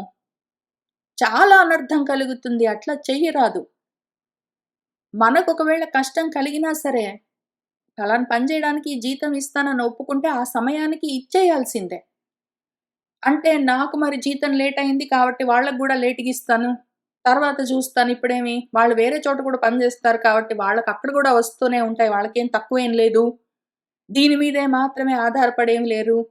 లేకపోతే పని సరిగ్గా చేయలేదు. నేననుకున్నట్టు వాళ్ళు చేయలేదు. కాబట్టి తర్వాత జూద్దాము. ఇప్పుడేం తొందర అని ఇవన్నీ రకరకాల అక్కర్లేని జస్టిఫికేషన్స్ తోటి డబ్బులు ఇవ్వకపోవడము లేదా ఆలస్యంగా ఇవ్వడము అవన్నీ చేస్తే చాలా అనర్థం కలుగుతుంది. చెయ్యరాదు. సమయానికి వాళ్ళకిస్తానన్న డబ్బులు నువ్వివ్వు. వాళ్ళు చేయగలిగిన పనులు వాళ్ళు చేస్తారు. నీకు వాళ్ళు చేసిన పని నచ్చలేదనుకో, జీతం ఇవ్వకపోవడమో, లేట్ చేయడమో ఇవన్నీ చేయకుండా, ఆ సమయానికి జీతం ఇవ్వు. పలానా సమయానికి నిన్ను తీసివేస్తున్నాను, వేరే వాళ్ళని చూసుకుంటున్నాను అని చెప్పుకో. వాళ్ళకి ముందే హెడ్స్ అప్ ఇచ్చి, నువ్వు వేరే వాళ్ళని చూసుకో కావాలంటే. అంతేగాని ఇవ్వవలసిన జీతం మాత్రము ఆలస్యం చేయడానికి వీల్లేదు, ఇవ్వకుండా మానుకోవడానికి వీల్లేదు అని చెప్తున్నారు. ఆ తర్వాత ప్రధానంగా, ముఖ్యంగా ఎవరెవరైతే నువ్వు నమ్మిన వాళ్ళున్నారో, వాళ్ళందరూ నీ మీద ప్రేమతో ఉండి, ప్రాణత్యాగం చేయడానికి కూడా సిద్ధపడి ఉండాలి వాళ్ళు. నీ కోసం అంతగా తప్పించే వాళ్ళు నీకు ఒక్కళ్ళైనా ఉండాలి. నువ్వు అవస్థ పడుతూ ఉంటే చూస్తూ ఉండేవాళ్ళు, నువ్వు అవస్థ పడుతూ ఉంటే చూసి నవ్వేవాళ్ళు, నువ్వు బాధపడుతూ ఉంటే గూడా పట్టించుకోని వాళ్ళు, నీకేమి ఉపకారం చేయాలన్న ఉద్దేశం లేని వాళ్ళు, అట్లాంటి వాళ్ళందరూ నీ చుట్టూ ఎంతమందుంటే ఏం ఉపయోగము? నీకోసం ఎవరైనా ఒకళ్ళు నీ హితం కోరుకున్న వాళ్ళు ఉండాలి. నీకు సమయానికి సలహా చెప్పేవాళ్ళుండాలి. మంచి సలహా చెప్పేవాళ్ళుండాలి. నీకోసం వెళ్లి పనులు సాధించుకునొచ్చేవాళ్ళు ఉండాలి. నీకోసము ప్రాణాలు పోయినా పర్వాలేదు అని అనుకునే వాళ్ళు ఒక్కళ్ళున్నారా? అట్లాంటి వాళ్ళు ఒక్కళ్ళున్నారా? చూసుకో. అట్లాంటి వాళ్ళు ఒక్కళ్ళున్నారంటే, ఇంక నువ్వు ప్రశాంతంగా సాధన చేసుకోవచ్చు. ఇహాన్ని, పరాన్ని సాధించుకోవచ్చు. ఆ తర్వాత ఏదైనా పని అప్పజెప్పి పంపిస్తే దూతలుగా, కొంచెం వాళ్ళతో ఈ మాట మాట్లాడొస్తావా? వాళ్ళని అడిగొస్తావా? అంటే వీడు పోతాడు. ఎందుకు పోయాడో తెలీదు. ఎట్లా మాట్లాడాలో తెలీదు. పని సాధించుకొని రావడం తెలీదు. అనవసరంగా పోయి గొడవలు పెట్టుకొనొస్తాడు. అసలు విషయం గురించి వాడికి నాలెడ్జ్ లేదు. ఇట్లాంటి వాళ్ళందరిని నువ్వు పంపించట్లేదు కదా! వెళ్లి వాళ్ళతోటి మాట్లాడి, "ఈ పని కొంచెం చూసుకొని రా" అని ఎవరికి చెప్పి పంపిస్తున్నావో, వాళ్ళని నువ్వు జాగ్రత్తగా చేసుకొని పంపిస్తున్నావు గదూ! మొత్తం ఇన్ఫర్మేషన్ చెప్పి పంపిస్తున్నావు గదూ! "ఈ ప్రాబ్లమ్ ఉందిరా మనకి. ఇట్లా ఉంటే ఔట్‌కమ్ బాగుంటుంది. వాళ్ళొకళ్ళు ఒప్పుకుంటే బాగుంటుంది. ఇట్లా ఒకవేళ ఒప్పుకుంటారేమో నువ్వు కొంచెము చూసి ఆలోచించి చేసుకుని రా మరి" అని చెప్పి పంపిస్తూ ఉన్నావు గదూ! అటువంటి వాళ్ళు నీకున్నారు గదూ! ప్రతి దానికి నువ్వే వెళ్ళిపోవాల్సొస్తుందా? అట్లయితే చాలా కష్టమైతుంది. ఇంక ప్రతి కర్మకి నువ్వే తిరుగుతూ ఉన్నావంటే, నీకు విశ్రాంతి ఎక్కడున్నది? కూర్చొని ఆలోచించుకోవడానికి, ఇంకేదైనా చేయడానికి ఎక్కడ సమయం ఉంటుంది? కాబట్టి ఒక్కళ్ళైనా నీకట్లాంటి దూతలున్నారా? ఎంతమందుండాలి నీకు? పండితులే నీకు కనీసం ఒక్కళ్ళు దూతలుండాలి. ఆ పని వెళ్లి మాట్లాడొస్తావా అంటే, వెళ్లి మాట్లాడి ఆ పని మ్యాటర్ సెటిల్ చేసుకొని వచ్చేవాళ్ళుండాలి. ఒక్క పండితుడు పని చేసుకొనొచ్చేవాడొకడుండాలి. వెళ్ళిన తర్వాత మళ్ళక్కడి నుంచి 30 సార్లు ఫోన్‌లు జేసి, మాటి మాటికి క్వెషన్స్ అడిగి అవన్నీ గాదు. కార్ రిపేర్ చేయించుకొనొస్తావా అని చెప్తే, ఇంక వెళ్ళి ఆ పని చేసుకొని వచ్చేవాళ్ళై ఉండాలి. కావాలంటే ముందే మాట్లాడుకోవచ్చు. రిపేర్‌కి ఎంత వరకు డబ్బులు పెట్టాలని అనుకుంటున్నావు నువ్వు? అవన్నీ క్వెషన్స్ అడుక్కొని సెట్ చేసుకున్నాక వెళ్ళి ఆ పని చేసుకొని రావాలి. ఇంక అక్కడికెళ్ళినాక మాటి మాటికి ఫోన్‌లు జేసి, లేతే పని కాలేదని మళ్ళీ వచ్చి ఇట్లాంటి వాళ్ళు గాదు. కాబట్టి మాట్లాడి అగ్రీమెంట్స్ చేసేవాళ్ళు పండితులే ఉండాలి. పని పూర్తి చేసుకొనొచ్చేవాళ్ళు పండితులుండాలి. ఏదైనా సలహా చెప్పేవాళ్ళు పండితులుండాలి. ఇట్లాంటి వాళ్ళు లేకపోతే పోనీ ఒక్కడే సరే, మళ్ళా ఇంతమంది కాకుండా ఒక్కడున్నాడు. వాడే సలహాలు చెప్తాడు. వాడే వెళ్లి పని చేసుకొనొస్తాడు. వాడే వెళ్లి అందరితోటి మాట్లాడొస్తాడంటే వాడు కూడా పనులెక్కువయ్యి, బర్డెన్ ఎక్కువయ్యి వాడు గూడా బర్న్‌ఔట్ అవుతాడు. అసలెవ్వరు లేకుండా ఒక్కడివే ఎట్లా ఉంటావు? లేదా ఒక్కడే ఉన్నాడు. నువ్వొక్కడున్నావు, నీకొక్కడున్నాడు. ఇంకిద్దరే ఉంటారంటే ఎట్లా అవుతుంది? లేదా ఒక భార్య, ఒక భర్త ఏదైనా సరే వాళ్ళిద్దరే చేసుకుంటారు. ఇంక మళ్ళీ ఇంకొకడిని ఎవ్వరిని అడగడానికి లేదంటే ఎట్లా ఉంటుంది? ఈ పనులు చేయడానికి సమయానుకూలంగా మనకి ఎవరైనా ఒకళ్ళు తెలిసిన వాళ్ళు, అర్థం చేసుకొని సాధించగలిగిన వాళ్ళుండాలి. ఇట్లాంటి వాళ్ళందరూ ఉన్నారా నీ చుట్టుపక్కల నీ కోసము? అట్లానే నీ పక్షంలో, శత్రుపక్షంలోని విషయాలన్నీ గూఢచర్యాలన్నీ చేస్తూ తెలుసుకుంటూ ఉన్నవాళ్ళున్నారా అని అడుగుతున్నారు. ఏమో తెలీదండి గురువుగారు. నేను రాజుని గాదు. రజోగుణంతోటి మాత్రం ఉన్నాను. కర్మలు జేసుకుంటున్నాను. నిజంగా రాజ్య భారాన్ని, దేశ రహస్యాల్ని మోయట్లేదండి. నా చిన్న జీవితానికి తగిన విధంగా నాకు చారకులు, గూఢచారులున్నారా అంటే ఉండే ఉంటారండి. ఎక్కడైనా ఏదో పార్టీలోనో, ఫంక్షన్స్‌లోనో, వేరే వాళ్ళ ఇంట్లోనో ఏదో నా కూతురు వెళ్ళిందనుకోండి. అక్కడ నా గురించి వాళ్ళేమైనా మాట్లాడుకుంటే అది వింటుందండి. అట్లాంటివి ఏవైనా ఉన్నాయి. లేదా నా స్నేహితులున్నారు. నా గురించి ఎవరైనా మంచో, చెడో మాట్లాడుకుంటున్నారు. లేదా నా అహితం కోసం వాళ్ళు ప్రయత్నాలు చేస్తున్నారు. లేదా హితం కోసం ప్రయత్నం చేస్తున్నారు అంటే, నాకా విషయము తెలిసేందుకు ఆపర్చునిటీస్ ఉన్నాయండి. అసలు ఏమీ తెలియకుండా అయోమయంగా నా గురించి ఎవరెక్కడ ఏమనుకుంటున్నారు, ఏం చేస్తున్నారు, మంచో, చెడో ఏమి చూస్తున్నారన్నది ఏమీ తెలియకుండానే ఉండడం అన్నది లేదండి. తెలుస్తూ ఉన్నది. పట్టించుకుంటానా లేదా అంటే పట్టించుకోను. కానీ తెలుసుకోకుండా మాత్రం అజ్ఞానంలో ఉండను. కృతజ్ఞత మీరు నేర్పించిన కృతజ్ఞతని పాటిస్తాను. నా గురించి ఎవరేమనుకుంటున్నారు, ఏం ఆలోచిస్తున్నారు, ఎందుకు అని తెలుసుకుంటానండి. అందుకోసం చారకులంటే ఎవరున్నారు? నా స్నేహితులు, నా కూతురు, మా అమ్మ, మా తమ్ముడు వీళ్ళే గదా!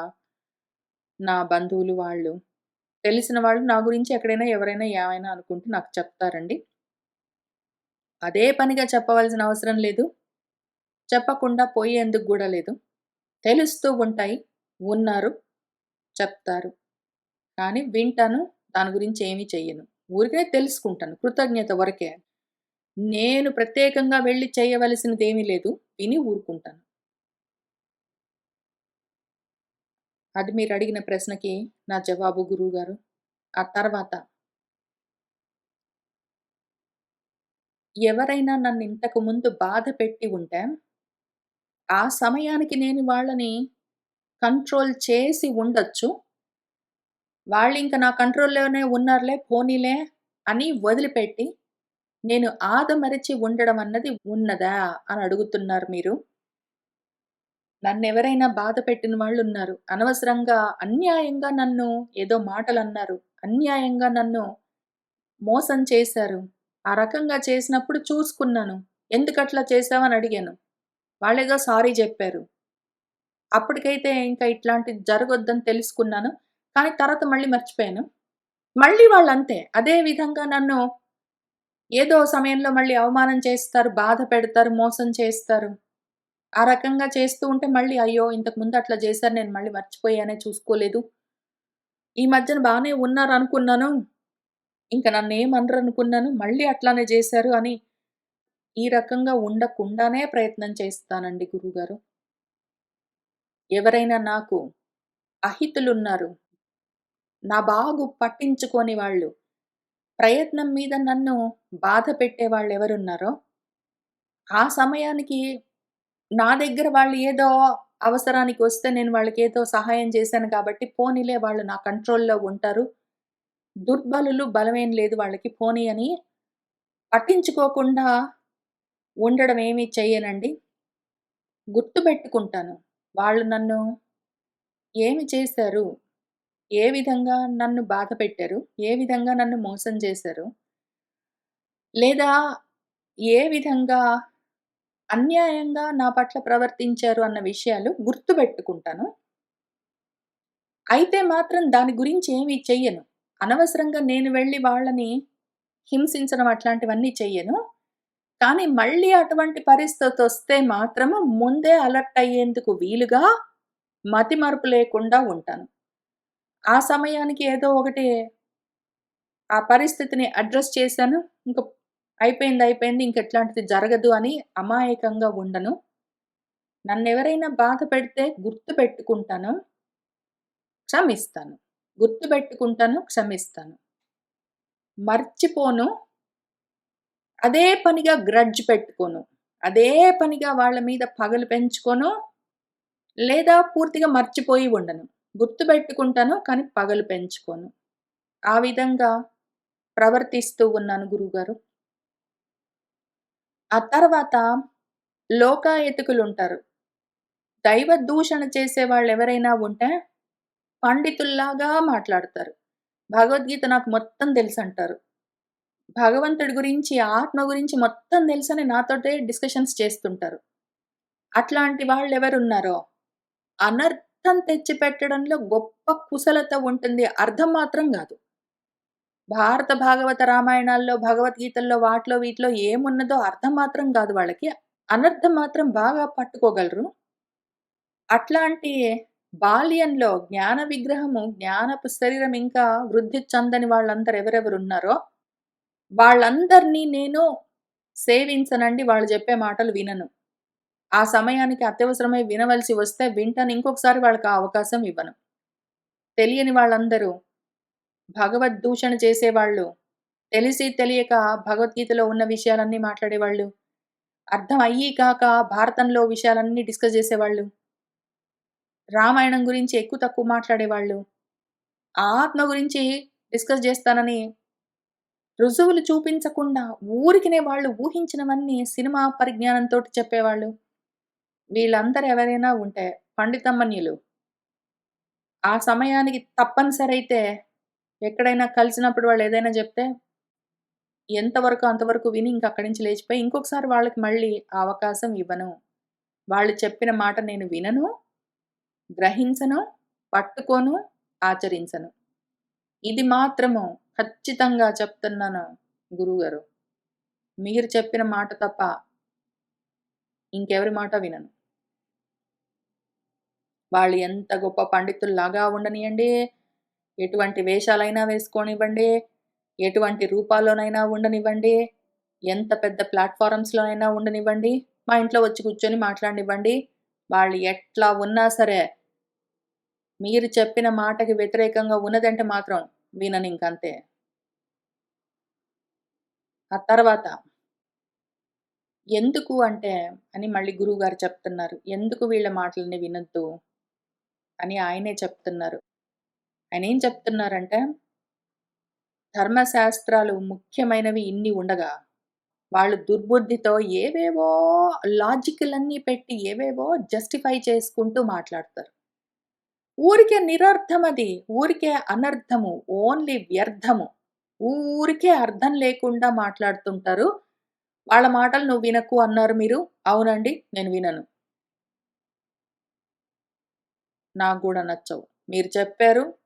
అది ముఖ్యమైన కారణం. రెండోది నాకు గూడా నచ్చవండి అవన్నీ. అందుకని వినను.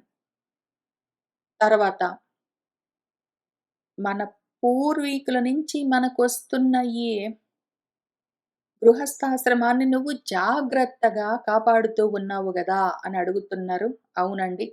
చేయగలిగినంత చేస్తూ ఉన్నాను. ఇంట్లో సామాన్లన్నీ ఉన్నాయి గదా! ఇంటి ద్వారాలన్నీ దృఢంగా ఉన్నాయి గదా! ఉన్నాయండి. అట్లానే నీ ఇంటికొచ్చిపోయే వాళ్ళందరూ జితేంద్రియులై ఉత్సాహంతో ఉన్నవాళ్ళే కదా! ఆర్యులే కదా! అవునండి. చదువుకున్న వాళ్ళు, మనసున్నవాళ్ళు, మంచి ఉత్సాహం ఉన్నవాళ్ళు, సంతోషంగా ఉన్నవాళ్ళే మా ఇంటికొచ్చే విధంగా చూస్తానండి. ఒక్కొక్కసారి ఏదైనా కారణానికి మా ఇంటికి ఇంకే విధంగానైనా రావాల్సి ఉంటే, అప్పటికి చూసుకుంటాను. ఇంకొకసారి ఇంద్రియ జయం లేదు. ఏదో ఒకటి మాట్లాడుతుంటారు. ఉత్సాహం లేదు. నీరసంగా ఉంటారు. చదువుకోలేదు. చదువు గురించిన జ్ఞానం లేదు. ఇంట్రెస్ట్ లేదు. ఊరికేనే మాట్లాడేవాళ్ళు, కాలయాపన చేసేవాళ్ళు అట్లాంటి వాళ్ళెవరైనా ఉంటే రానివ్వనండి. అట్లానే నీ ఇల్లు అయోధ్య నగరంలాగా ఉన్నది గదూ! చదువుకున్న వాళ్ళతో నిండి ఉన్నది గదూ! ఉన్నదండి. చదువు లేని వాళ్ళు, చదువు గురించి శ్రద్ధ లేని వాళ్ళు, వాటి గురించి పట్టింపు లేని వాళ్ళు, ఇట్లాంటి వివిధమైన ఆకారాలతో లేదు గదూ! లేదండి. సుముదితంగా, స్ఫీతంగా, సమృద్ధిగా ఉన్నది గదూ ఇల్లు! ఉన్నదండి.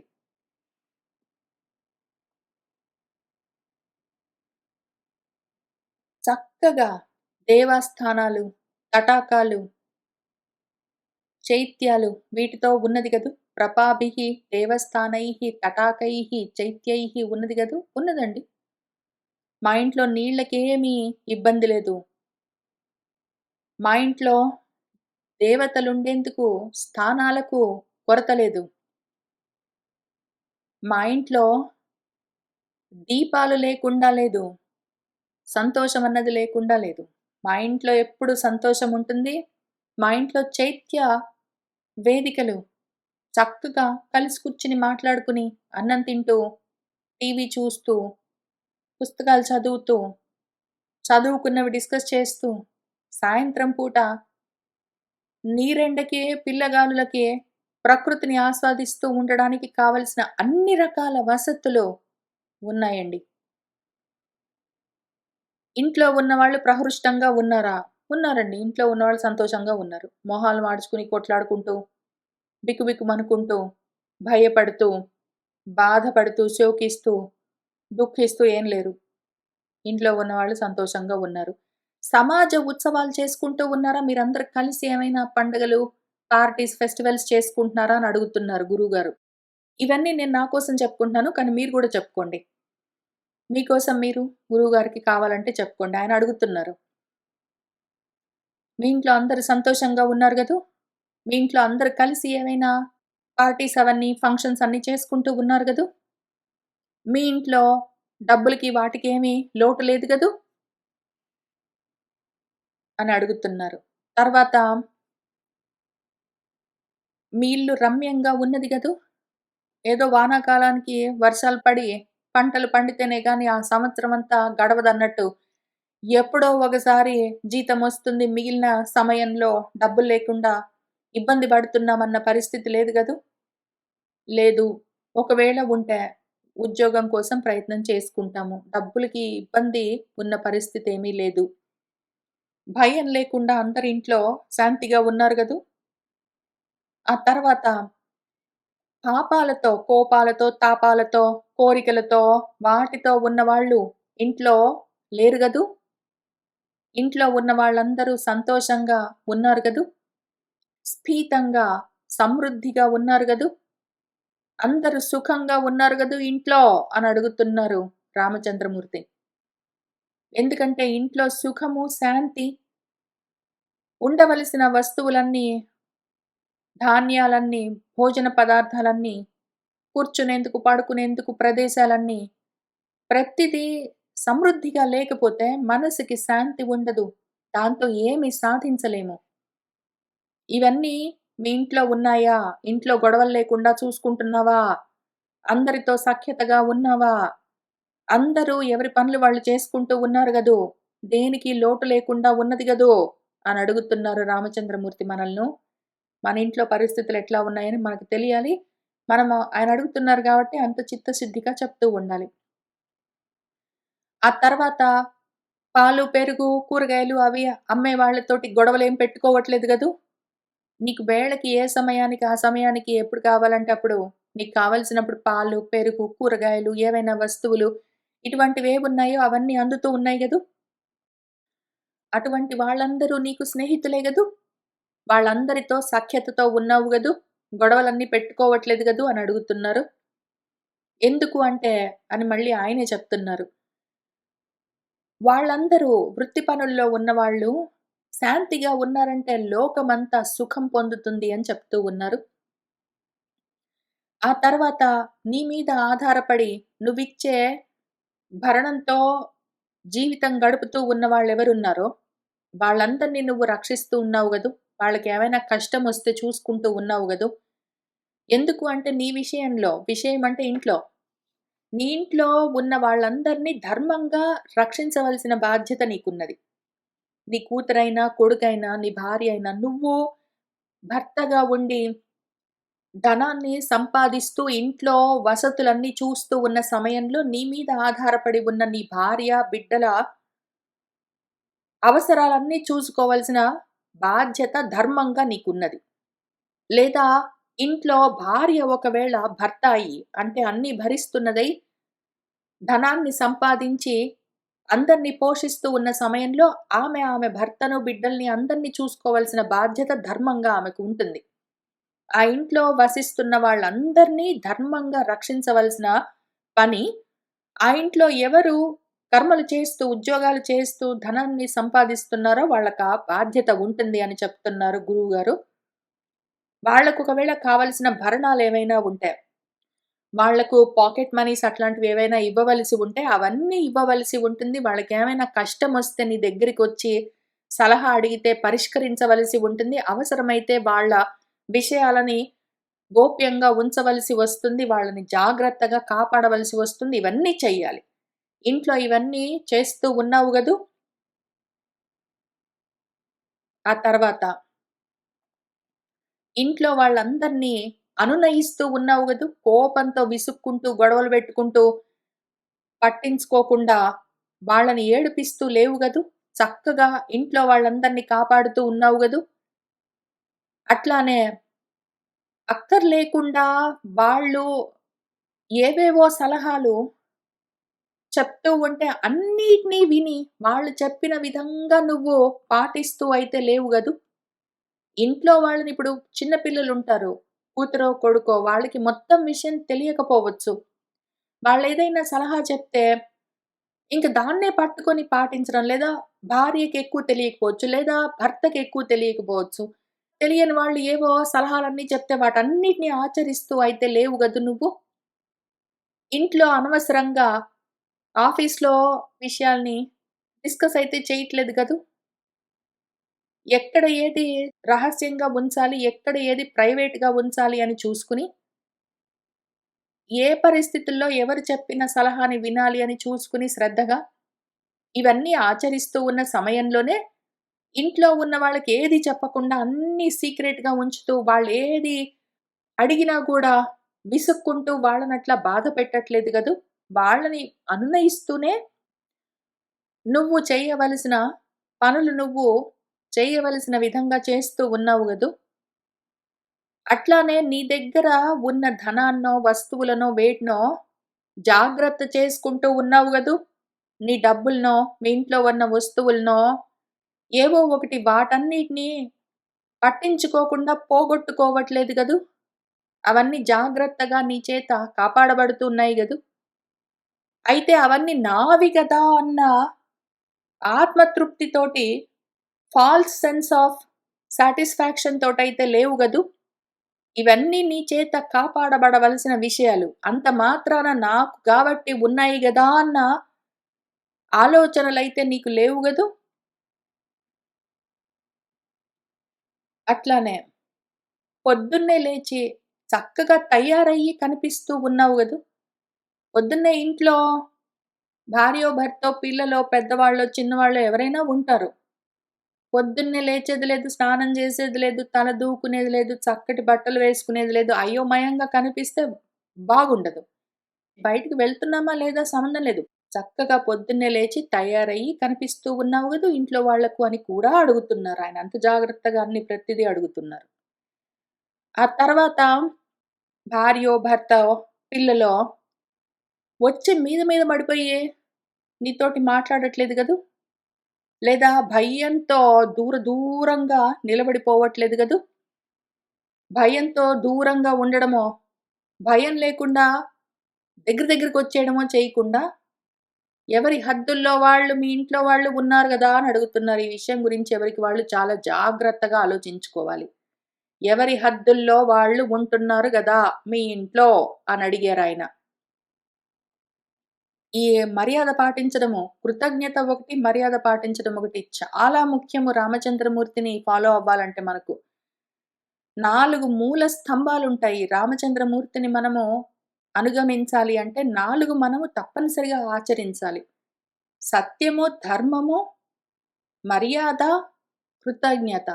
మర్యాద తప్పితే అసలు ఆయనకు నచ్చనే నచ్చదు. ఆయనసలు ఒప్పుకోరు.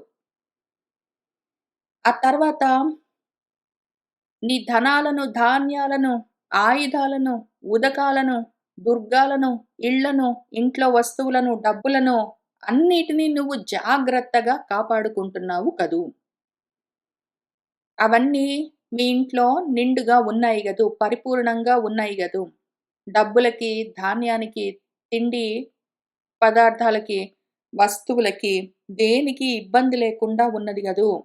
ఒకవేళ ఇబ్బంది ఉంటే దాన్ని పూర్తి చేసుకోవాలి. ఇంట్లో తిండికి ప్రాబ్లమ్‌గా ఉంది, డబ్బులకి ఇబ్బందిగా ఉంది, వస్తువులు లేకుండా ఉన్నాయి. ఇవన్నీ ఉన్నాయి అంటే అసలు ప్రపంచ మార్గంలో ఉన్నాము, ధర్మ మార్గంలో ఉన్నాము అంటే అన్నీ మనకు సమృద్ధిగా ఉండేట్టు చూసుకోవాలి. పూర్ణంగా ఉండేట్టు చూసుకోవాలి. అందుకోసం ప్రయత్నం చేయాలి. మరెందుకున్నాం లేకపోతే ధర్మ మార్గంలో కర్మలు చేస్తూ ఏమీ లేవు, ఇంట్లో వస్తువులు లేవు, ఏమీ లేవు, డబ్బులు లేవు, తిండికి లేదు. ప్రతి దానికి ఇబ్బందిగా ఉన్నది అంటే మరి నువ్వుండేం చేస్తున్నావు? గృహస్థాశ్రమంలో ధర్మ మార్గంలో కర్మలు చేసుకుంటూ. ఇబ్బంది ఉన్నది అంటే లేకుండా నువ్వు చూసుకో మరి. ఆ తర్వాత చాలా ఎక్కువగా ఖర్చు పెడతావు. నీ రాబడి తక్కువ. అటువంటి స్థితి అయితే లేదు గదూ! నీకు ఎంత వస్తుందో అందులో కొంత నువ్వు ఖర్చు పెట్టుకుంటూ ఉన్నావు గదూ! పైగా అపాత్ర దానాలన్నీ చేయకుండా ఉన్నావు గదూ! నువ్వు ఎవరికి ఏమివ్వాలో అటువంటివి చూసుకుని దానాలు చేస్తూ ఉన్నావు గదూ! ఆ తర్వాత తప్పు చేయకపోయినా గూడా నీ కొడుకో, కూతురో, నీ భార్యో, భర్తో, అమ్మో, నాన్నో, తెలిసిన వాళ్ళో, స్నేహితులో ఎవరైనా సరే తప్పు చేయకపోతే గూడా వాళ్ళు చెప్తుంటే గూడా నేను చేయలేదు నాన్న, నాకు తెలీదు అని వాళ్ళు చెప్తుంటే గూడా భయంకరంగా వినకుండా దండించడం అన్నది లేదు గదూ! అట్లనే ఒకవేళ వాళ్ళు తప్పు చేస్తే గూడా పోనీలే మనవాడు అని వదిలిపెట్టడం అన్నది లేదు గదూ! తప్పు చేస్తే తప్పకుండా శిక్ష వేయడము. అది కూడా ఉగ్రమైన దండన గాదు. తగిన విధంగా శిక్షణ ఇవ్వడము. తప్పు చేశారంటే చేశావా? లేదా? అని కనుక్కొని విచారించి అయితేనే శిక్ష విధించడము.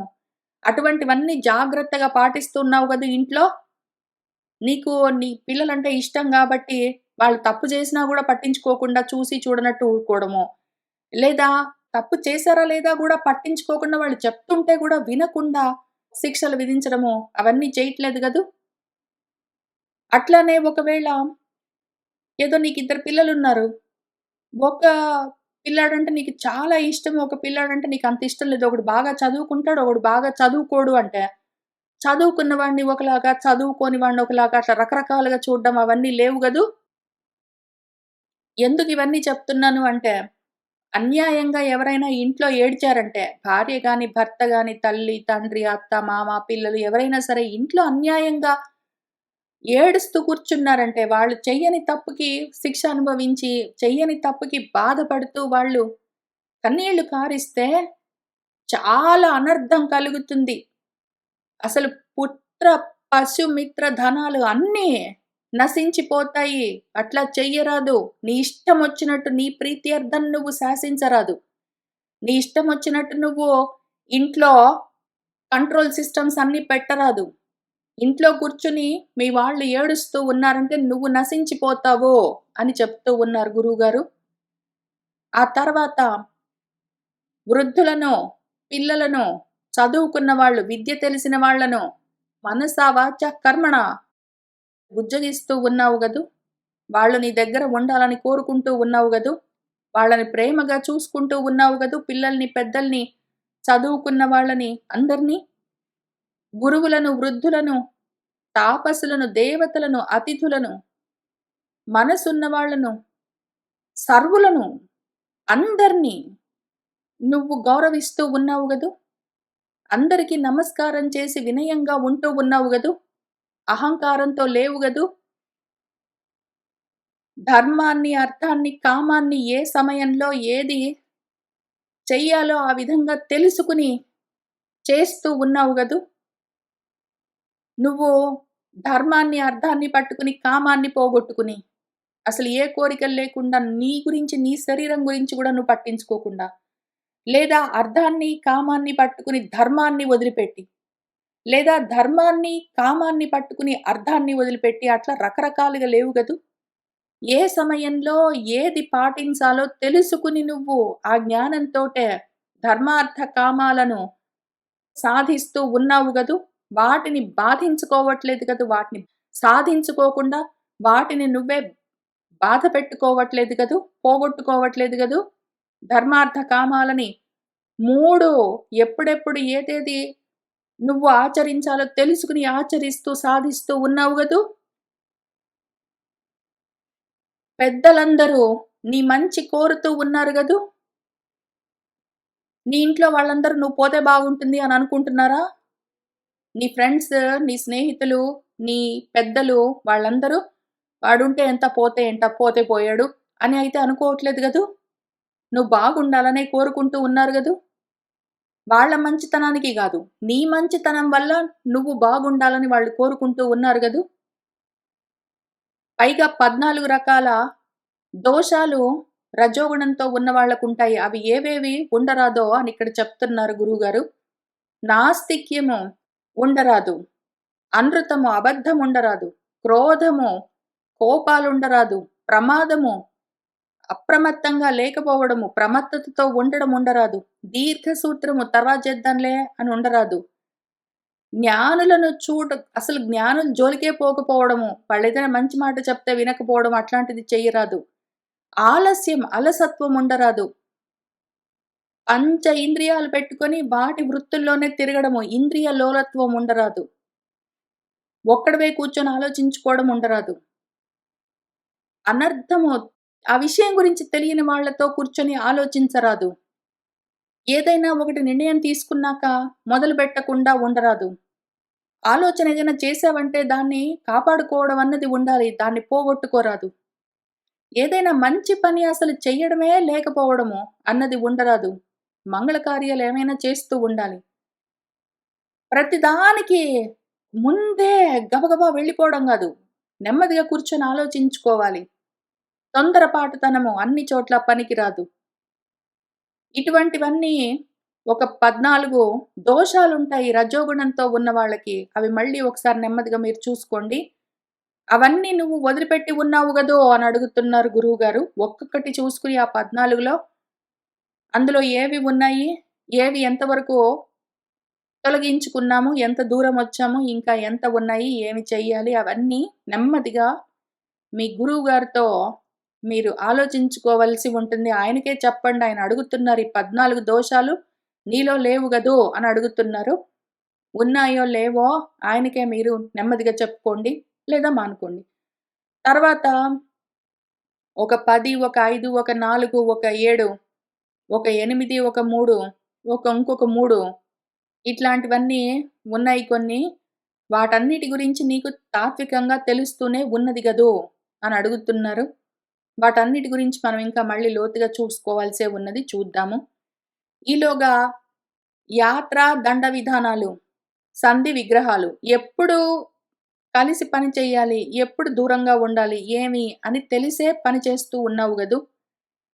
అట్లానే చెప్పిన విధంగా చక్కగా ఆలోచించుకుని కర్మలు చెయ్యాలి అంటే ఒక ఇద్దరు ముగ్గురితో కలిసి ఆలోచించుకొని చెయ్యి.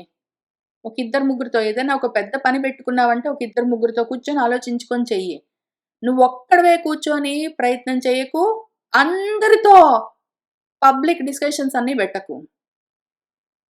నువ్వు చదువుకున్న చదువు సఫలమవుతూ ఉన్నదాని ఇంక చివరికి కొన్ని ముఖ్యమైన ప్రశ్నలు వేస్తున్నారు. గబగబా వేస్తూ ఉన్నారు. నెమ్మదిగా ఆలోచించుకొని జవాబు చెప్పండి. నాకు కాదు గురువుగారికి. నువ్వు చదువుకున్న చదువు సఫలమవుతూ ఉన్నదా? నీకు అర్థమవుతూ ఉన్నదా చదువుకుంటూ ఉన్నది? నువ్వు చేస్తున్న పనులు సఫలమవుతున్నాయా? నువ్వు చేస్తున్న పనులు చెడిపోతున్నాయా? జరగకుండా పూర్తిగా మధ్యలోనే ఆగిపోవడం, చెడిపోవడం అవన్నీ జరుగుతున్నాయా? జరగట్లేదు గదూ! నువ్వు విన్నదేదున్నదో, తెలుసుకున్నదేదున్నదో అది ఆచరిస్తూ ఉన్నావు గదూ! విన్నది వ్యర్థమైపోవట్లేదు గదూ! నీ భార్యో, భర్తో, బిడ్డలో వాళ్ళందరూ వాళ్ళు చేస్తున్న కర్మలు గూడా సఫలమవుతూ ఉన్నాయి గదూ! వాళ్ళు కూడా చేస్తున్న పనులన్నీ వ్యర్థమైపోవడం అట్లాంటిది లేదు గదూ! అట్లానే ఓ రాఘవ, ఈ విధంగా నేను చెప్పిన విధంగా నీ బుద్ధి ఉన్నది గదూ! అట్లా ఉన్నది అంటే ఆయుష్‌తో, యశస్సుతో, ధర్మార్థ కామాలతో కూడి ఉంటుంది. నీ బుద్ధి నేను చెప్పిన విధంగా ధర్మార్థ కామాలతో కూడి ఉన్నదై ఆయుష్‌ను, యశస్సును పొందుతూ ఉన్నది కదా! అని అడుగుతూ ఉన్నారు. ఈ విధంగా పెద్దలు చెప్పిన మార్గంలో నువ్వు ఆ సత్పథంలోనే ప్రయాణం చేస్తూ ఉన్నావు గదూ! నువ్వొక్కడివే కూర్చొని భోజనాలు చెయ్యడము, నువ్వొక్కడివే అనుభవించడం అట్లాంటివి చెయ్యట్లేదు గదూ!